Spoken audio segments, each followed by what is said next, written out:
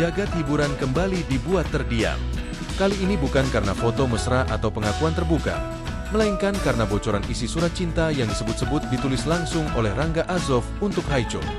Sebuah surat sederhana, tapi penuh makna, yang isinya membuat siapapun paham, ini bukan cinta main-main. Kalimat yang paling menyentak hati berbunyi, "Tunggu aku di ujung perjalanan ini, aku sedang membereskan semuanya." Bukan janji manis, bukan rayuan kosong, melainkan pengakuan jujur seorang pria yang memilih menata hidupnya dengan tenang, sebelum menggenggam tangan perempuan yang ia anggap tujuan. Menurut sumber terdekat, surat itu ditulis Rangga di masa-masa paling sibuk dan paling sunyi dalam hidupnya.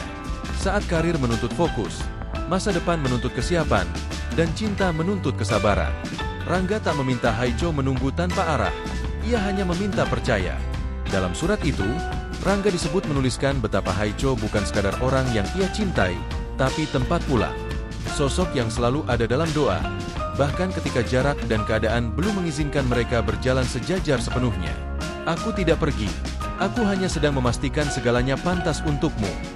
Begitu kira-kira pesan tersirat yang dirasakan pembaca surat tersebut. Haicho, dengan karakternya yang tenang dan dewasa, disebut memahami makna menunggu versi Rangga. Bukan menunggu tanpa kepastian, melainkan menunggu seseorang yang tidak lari, tidak berpaling, dan tidak menyerah. Netizen pun bereaksi emosional. Kalau cowok nulis begini, artinya dia serius. Ini bukan surat cinta, ini blueprint masa depan. Menunggu versi dewasa ternyata sesakit dan seindah ini.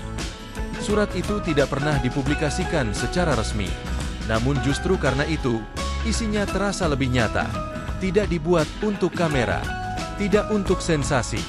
Hanya satu hati yang bicara pada hati lain.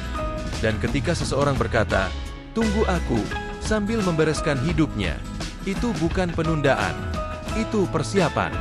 Apakah surat ini pertanda hari bahagia yang semakin dekat? Waktu yang akan menjawab.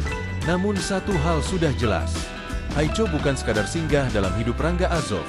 Ia adalah ujung perjalanan.